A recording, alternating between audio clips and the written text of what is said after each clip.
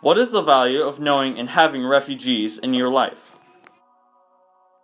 The value of having a refugee friend to me is that you really get to see a different side of our world that we don't get to talk about or look at very often. That they live in such a different way because of how their culture was, or how they're trying to still have their culture, or how they're trying to integrate into ours.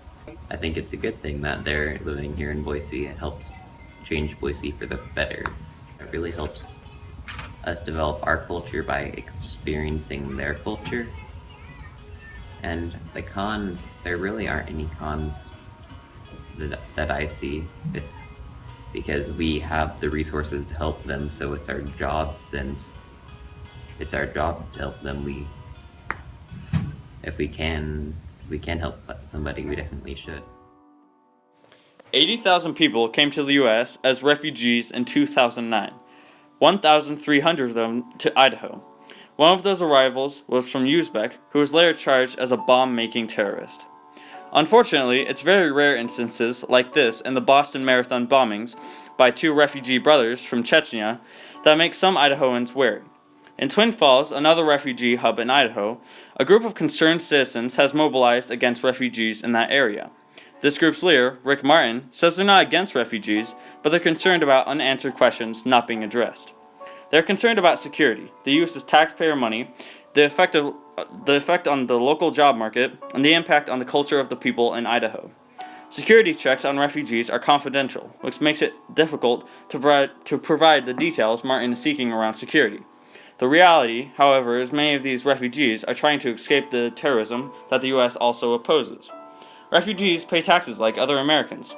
They usually work entry-level minimum wage jobs, and they're often changing their own culture to adapt to their new homeland. Still, Martin's group is unappeased. The majority of Idahoans are sympathetic to the refugee plight and recognize the benefits of diversity. How many Idahoans actually embrace and engage the refugees in our community? However, it is up for debate. There are many who feel like the native Idahoans could do a much better job of interacting with the refugee community. Professor Reshme Mukherjee teaches at Boise State University and is active in the refugee community. I'm a faculty in the English department at Boise State University. I teach undergraduate and graduate courses here. I'm also associated with the Gender Studies program. Some of the courses that I teach, or the literature courses that I teach, usually addresses most of, it's diversity, cultural differences, how we bring those together via the text that we read. We do a lot of culture studies in my class as well. So keeping that in mind, I thought of offering a course this past summer. This was a course on refugee, non-refugee communication. Not so much to see how communication happens, but the emphasis was more on why there is a lack of communication between these two communities. I think there is value like any other human being, that it adds to your own life. It adds diversity to your life and just makes you a more broad person, just makes you a more knowledgeable person, not in the degree sense of the term, but just in knowing sense of the term. The more people you know, the more it opens you up, and that's exactly what we need in today's world. Just to know people as people, not know them through their skin color, not because of their gender, not because of where they come from, not because of their religion. I think those are some big things that influence us a lot when we, identity politics is just too strong. So I think knowing people just helps us understand. This summer, Reshme brought together two diverse cultures of kids, refugees, and non-refugees for a quilting workshop, so they could collaborate and have experience with each other's cultures. I thought it was important for us here at Boise State to offer a course like this, essentially because Boise is a hub for refugees. I have seen that there is a huge gap between the refugee and non-refugee community.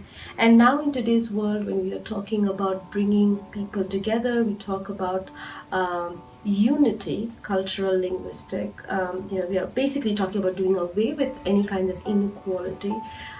this kind of gap in communication, at least to me, stood out. Our preconceived imaginary notions of the other that we already have in our mind. So it's not so much linguistic difference, it's not so much cultural difference, but it's more about how we perceive the other culture to be. I chose children because they're less vitiated, they're less influenced by other stuff, they're not as political as adults are. So I thought it would be a great way to get them together and have them communicate with each other in a non-verbal means, through a non-verbal means of communication. And I got this idea of quilting because it was new to both the groups, how they would quilt and talk to each other. We used the quilts, the squares that the kids were doing, as a texture, a narrative, where they're sort of talking about themselves. They were also writing journals side by side. So when I see the journals and when I'm looking at the quilts or the squares that they made, they're saying two different stories. And that was a unique thing that came out of this whole experience.